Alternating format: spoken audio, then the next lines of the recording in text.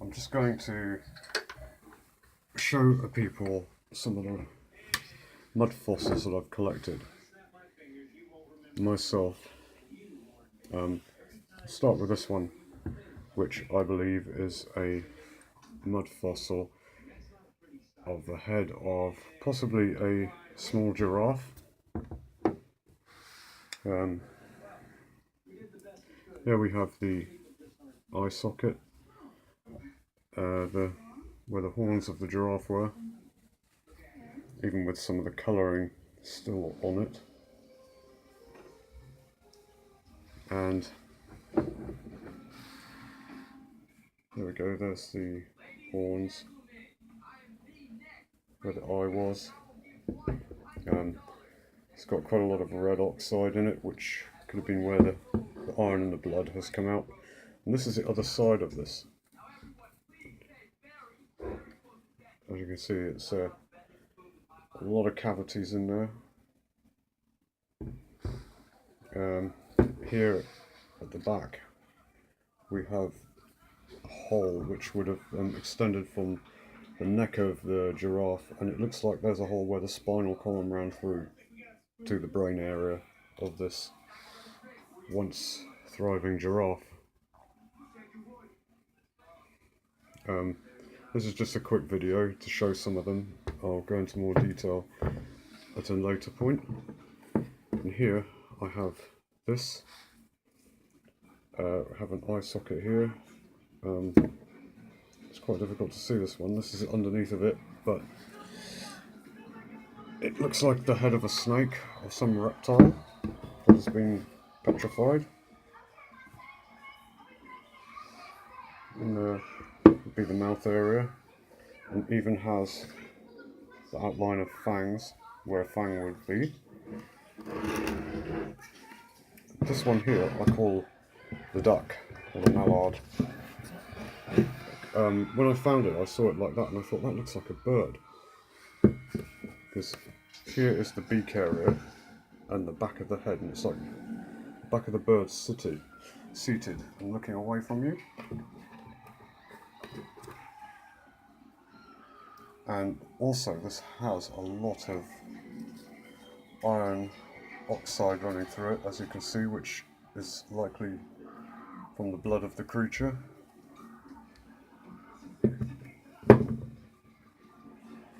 So there you go, there's the beak area, it's the back of the head of the bird and the whole back area of the bird. Here I have what I call the eagle. Again, it's a similar sort of stone with all this iron oxide running through it where it has bled. And there you go. And basically, let me put it down a bit here. So here we have the beak and where the eye was of the eagle. It's looking face on, and still some cavity where the mouth was there. And that's the other side of it. Plenty of iron from the blood in that one. And this one here is interesting. This is what I call the large crocodilian or crocodile creature. Here's the nostril area, the mouth area, and this one particularly, here we have an eye. When you see it just looking up like that out of the rocks, there's the snout area. It does look like a crocodile. Very difficult for the camera to get this properly. It's got plenty of red oxide over it where it had bled, and excuse the phone shaking around here, I'm holding it with one hand. Here is what looks like blood veins or capillaries that carried blood, and it obviously leaked everywhere, and it's been broken at the side there, the head of the creature. But there we are, there's the eye, and there is the snout, the nostril area, and where the mouth and teeth would have been. You can see some outlines of fangs. Here we have what I call a giant snake. there's the nostril area, and here's where the bulbous or eyes would have been. And as you can see, it's broken that side, also with plenty of blood leakage, the iron there. And yeah, this one, when it's just sitting looking at you out of the rocks, really does give the impression of some sort of giant snake or crocodilian creature. And the back has almost like the scales on it.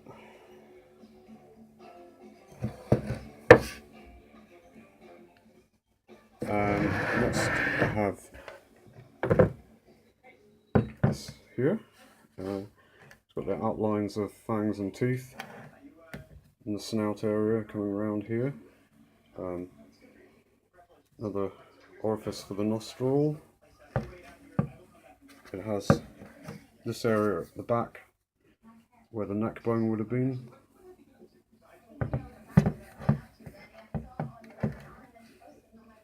There's the remnants of the mouth.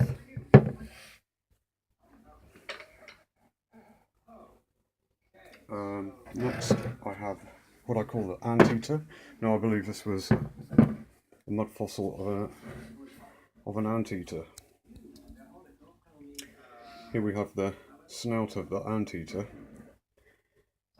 and here we have the eye, and the hole here where the ear would have been.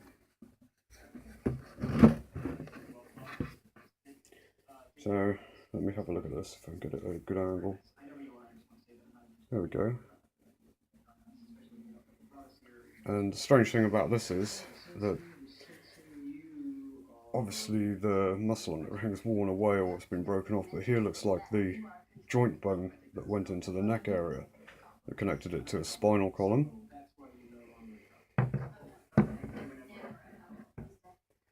So I'll stand back a little bit and try and get that in again. There's the eye, the snout, and the hole where the ear would have been.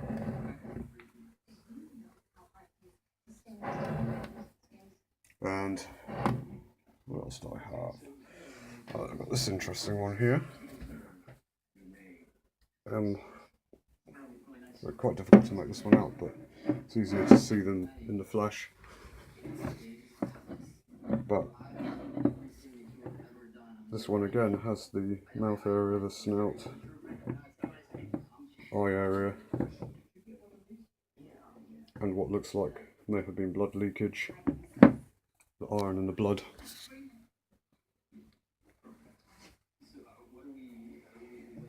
So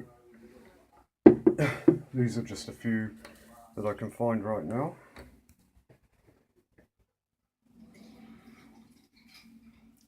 Anyway, thanks for watching.